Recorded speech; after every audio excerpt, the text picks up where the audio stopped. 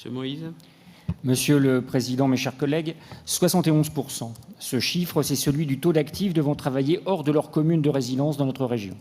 Le taux le plus élevé de France. Ces trajets se font principalement à destination de Paris et Lille, où près de 70% des trajets sont réalisés en voiture. Allongement annuel des temps de trajet, stress, réduction du temps libre et familial, saturation des infrastructures routières, pollution atmosphérique en sont les conséquences directes.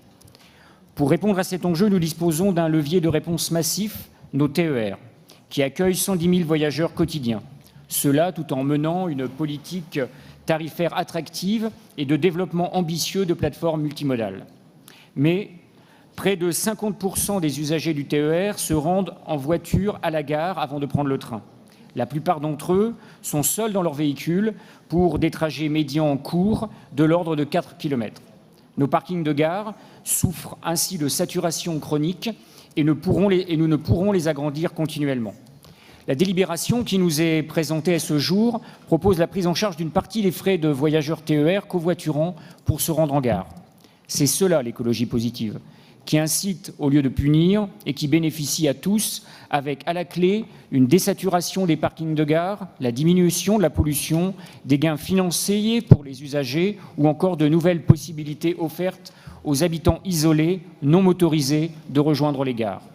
Le développement du rabattement en covoiturage vers les gares ne pourra pas résoudre à lui seul cette problématique.